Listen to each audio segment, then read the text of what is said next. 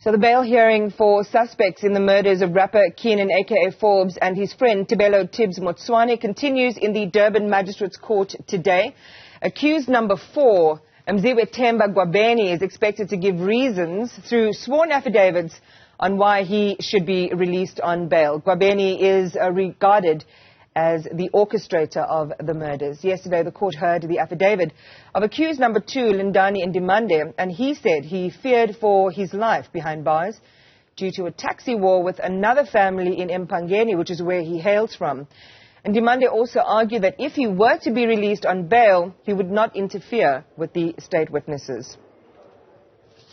And Newzroom Afrika's Nobuhle Modise has been keeping an eye on this one. Joins me live now from the Durban Magistrate's Court.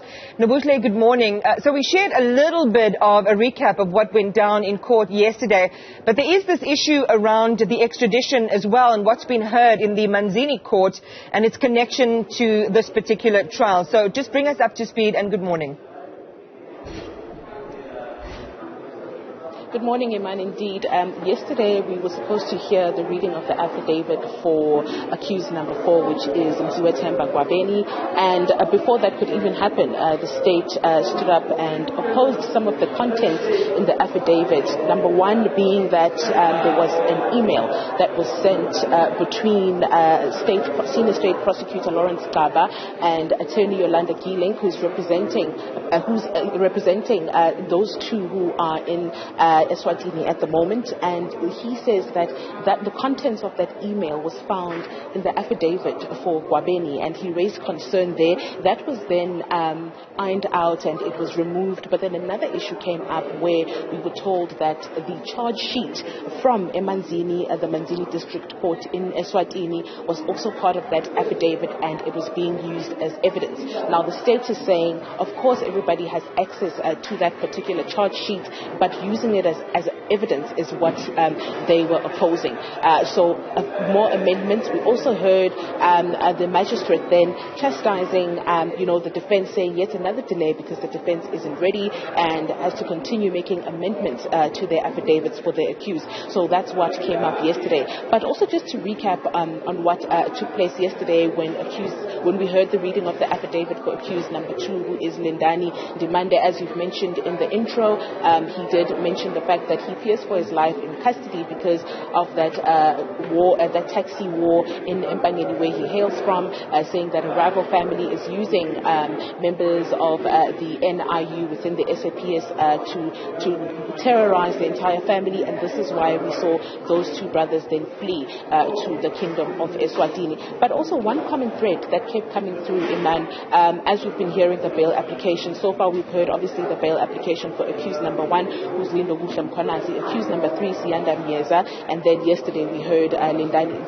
Ndimande's affidavit reading. And the common thread here is that they're all saying the state's case is weak and it's based on circumstantial evidence, and they're also saying that they're not going to plead guilty. But another eye-opening thing is the fact that 2 of them at this point, Lindani and Nobuhle, have both stated in their affidavits that they were assaulted by police. Yesterday we heard Lindani Ndimande in his affidavit say that he was arrested in Maponya Mall in Soweto, and when he was brought back to Durban, he was taken to an unknown place and assaulted by police who were forcing a confession out of him for the murder of the rapper and his friend. So we've also heard the same thing with regards to Nobuhle Modise, claiming that the SAPS have assaulted him and forced a confession out of him. Now legal experts have weighed in on this and are saying that we could see what is happening currently with the Senzo Miwa case, where there will be a trial within a trial to investigate those claims that are in these affidavits. So today we wait to hear if we will indeed then hear that affidavit, and if those amendments have been done to his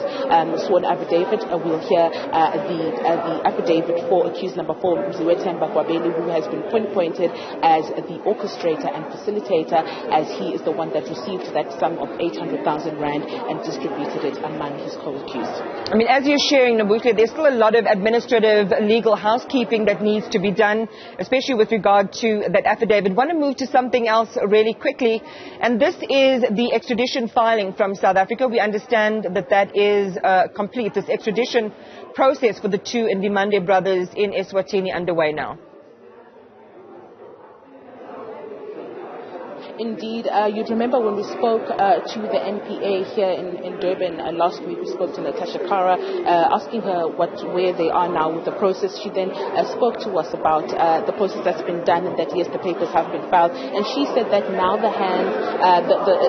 is in the hands of the Justice Department to get the ball rolling, and we will then, they will be able to give us a full statement on, what happens from here on.